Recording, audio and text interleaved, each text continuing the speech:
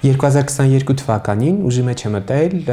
քրեական նոր օրենսգիրքը, որով որոշակի բարեփոխումներ է իրականացվել, մասնավորապես մի շարք հոդվածներ են փոփոխվել, նոր հանցակազմեր է ավելացել, արդյունքում ընդլայնվել է քրեորեն պատժելի արարքների շրջանակը, որոշ քրեորեն պատժելի արարքների պատասխանատվությունն է հստակեցվել, չնայած նրան, որ ընտանեկան բռնությունը որպես առանձին հանցակազմ նախատեսված չէ եւ դրանով պայմանավորված ավելի ծանր պատժատեսակ չի սահմանվում, այնուամենայնիվ տեսականորեն որոշ հանցագործությունների դեպքում ավելի արդյունավետ կարող է կիրառվել քրեական օրենսգիրքը եւ որոշակի փոփոխություններ ու լրացումներ են տեղի ունեցել, մասնավորապես ծանրացնող հանգամանքների առումով։ Օրինակ, ատելության եւ թշնամանքի շարժառիթով կատարված հանցագործությունների դեպքում նախկին օրենսգրքով շատ քիչ պաշտպանված հատկանիշներ կային, օրինակ կրոնը, էթնիկ ծագումը, ռասան։ Այժմ ավելի ավելացել է եւ ընդգրկվել է նաեւ անձնական կամ սոցիալական բնույթի հանգամանքները, ինչը նշանակում է, որ գենդերով, սեռով, գենդերային ինքնությամբ, սեռական կողմնորոշման պայմանավորված ատելության շարժառիթով հանցագործությունները նույնպես կարող է ծանրացնող հանգամանքների շրջանակում ընդգրկվել, ինչը բնականաբար դրական փոփոխություն է։ Մյուս կողմից բարեփոխում է մերձավոր ազգականի հասկացության ընդլայնումը, որով սահմանվում է, որ մերձավոր ազգական է նախկին կամ ներկա ամուսինը, երեխան, պապը, թոռը եւ այսպես շարունակ, ընդ որում ամուսին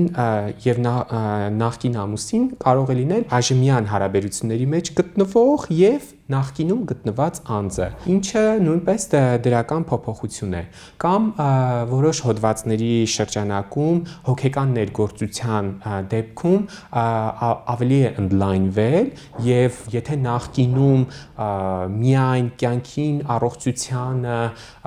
եւ գույքին սպառնալիքներն էր, այժմ նաեւ ֆիզիկական, հոգեբանական, անձնական անձեռնմխելիության դեմ ուղղված սպառնալիքները նույնպես ընդգրկվում են եւ պարբերաբար այդ նվաստացումները, ճնշումները նույնպես հոգեկան ներգործության շրջանակում կարող են դիտարկվել։ Բացի այդ ֆիզիկական ներգործության հոդվածի շրջանակում է փոփոխություններ կատարվել, եթե նախկինում օրինակ ծեծը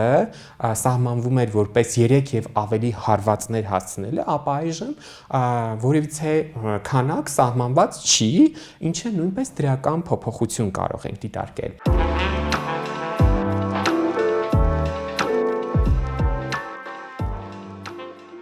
Իհարկե, քրեական նոր օրենսգրքով կանանց նկատմամբ բռնության եւ հատկապես ընտանեկան բռնության առումով պաշտպանության մեխանիզմների շրջանակում որոշակի առաջընթաց է գրանցել, այնուամենայնիվ պետությունը որդեգրել է գենդերային հավասարության եւ գենդերային հիմքով բռնության կանխարգելման գերակայություններ եւ դրան նպատակով անհրաժեշտ է, որպեսզի պրակտիկայում ռազմավարական փաստաթուղթ եւ գործողությունների պլան մշակի եւ իրագործելի դարձնի, այնինչ տեսնում ենք, որ պրակտիկայում դա արդյունավետ չի իրականացվում։ Ինչ վերաբերում է վիճակագրական տվյալների հավաքմանը, ապա կարող ենք ասել, որ Հայաստանում դա լուրջ հիմնախնդիրներից է հանդիսանում, որովհետև երբ պաշտոնական հարցումներ է ուղարկվում պետական մարմիններին, մասնավորապես իրավապահ մարմիններին, օրինակ քննչական կոմիտե, դատախազություն, դատական դեպարտամենտ, ոստիկանություն, նշվում է, որ այս հարցերի վերաբերյալ վիճակագրություն չի վարվում կամ առանձին հաշվառում չի իրականացվում։ Նույնը վերաբերում է գենդերային հիմքով բռնություններին, բռնության առանձին տեսակներին կամ որոշ խումբ կանանց, օրինակ երբ որ հարցում է ուղարկում արդյոք սեռական կողմնորոշման կամ հաշմանդամության կարգավիճակի առողջական խնդիրների վերաբերյալ հաշվառում կատարվում է թե ոչ, իրավապահ մարմինները նշում են, որ նման հաշվառում չի կատարվում, ինչը բավականին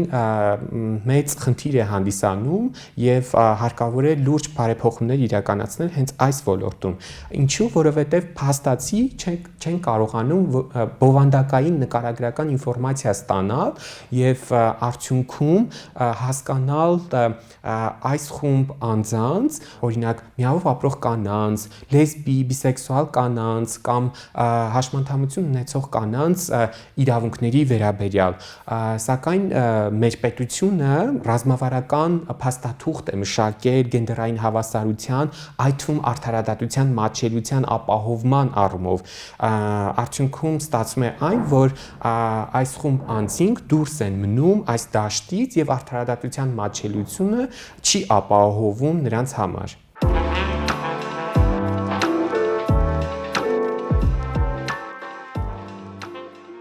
Ինչ վերաբերում է որոշակի տվյալների կամ վիճակագրական ինֆորմացիայի հավաքմանը, օրինակ ոստիկանության ինֆորմացիոն կենտրոնում գրանցված կին տուժողների նկատմամբ արձանագրված հանցագործության վերաբերյալ հետևյալ վիճակագրական տվյալները կան, 2022 թվականի հուլիսի 1-ի դրությամբ գրանցվել է 1271 դեպք,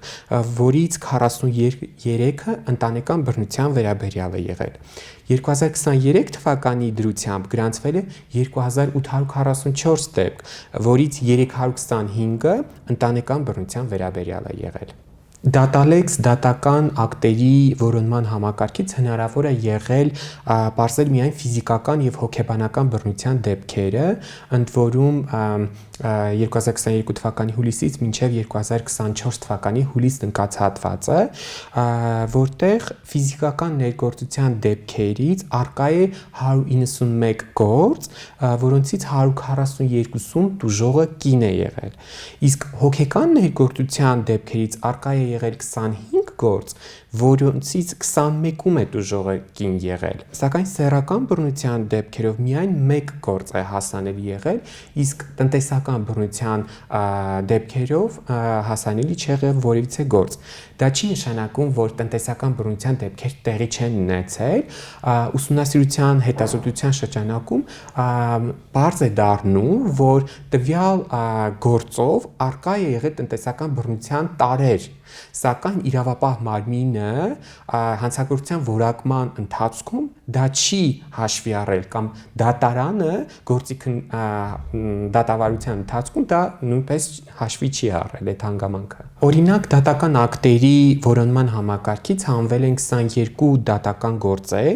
որոնցից 10-ում միաժամանակ ֆիզիկական եւ հոգեբանական բռնության դեպքեր են։ 5-ը միայն ֆիզիկական բռնության դեպքեր են եղել, 6-ը միայն հոգեբանական բռնության դեպքեր են եղել եւ 1-ը միայն սեռական բռնության դեպքեր են եղել։ Ընդ որում 22 դատական գործերից 15-ում արկա է եղել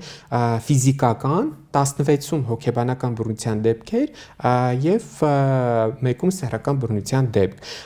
Ուսումնասիրված 22 դատական գործերից միայն 9-ի դեպքում է, որ կայացվել է վերջնական դատական ակտ, այսինքն դատավճիռ։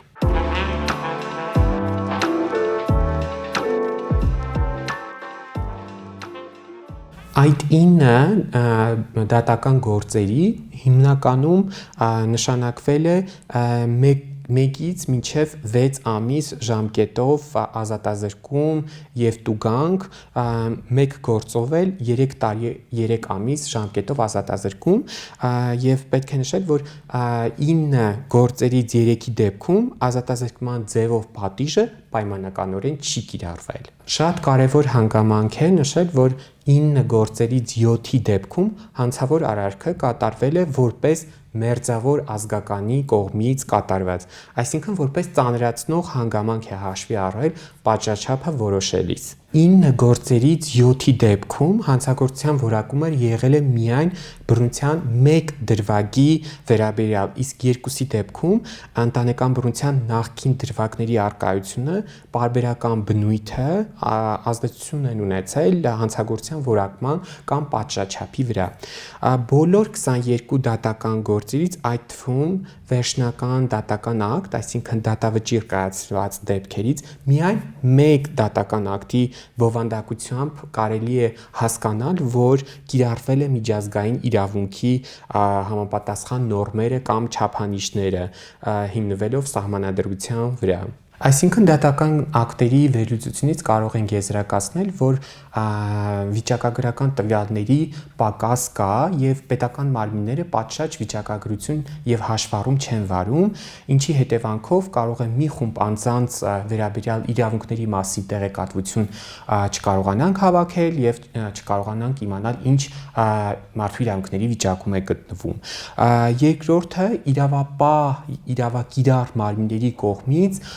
ոչ լիարժեք քննությունը եւ անարդյունավետ աշխատանքն է,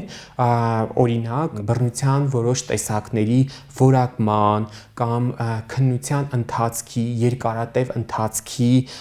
վերաբերյալ, ինչը լուրջ խնդիր է հանդիսանում արդարադատության ապահովման առումով։ Մյուսը իրավապահ մարմինների իրազեկվածության զգայունության պակասն է, որ շատ հաճախ բռնության առանձնահատկությունների դեպքում չեն կարողանում զգայուն վերաբերմունք եւ պատշաճ վարքագիծ դրսեւորել, օրինակ կանանց նկատմամբ բռնության դեպքում եւ այդ քննության ընթացքում։ Մյուսը հանրային իրազեկվածության պակասն է, որ տվյալ հարցերի վերաբերյալ հանրության շրջանում բավականին մեծ պակաս կա գենդերային հիմքով բռնությունների, գենդերային հավասարության, կանանց նկատմամբ բռնությունների վերաբերյալ։ Ուստի անհրաժեշտ է, որ կանանց նկատմամբ բռնության դեպքերի վերաբերյալ պատշաճ տվյալների հավաքում եւ վիճակագրության վարում լինի, ունենա միասնական բազա, որտեղ նաեւ կհաշվառվի տվյալները, մասնավորապես առողջական խնդիրների, սեռական կողմնորոշման, հաշմանդամության կարգավիճակի եւ այլ առանձին տվյալների վերաբերյալ։ Հաջորդը անհրաժեշտ է դատական բարեփոխումներ իրականացնել եւ իրավակիրառ մարմինների կարողությունները զարգացնել եւ ընդհանուր հանրային իրազեկման աշխատանքներ իրականացնել։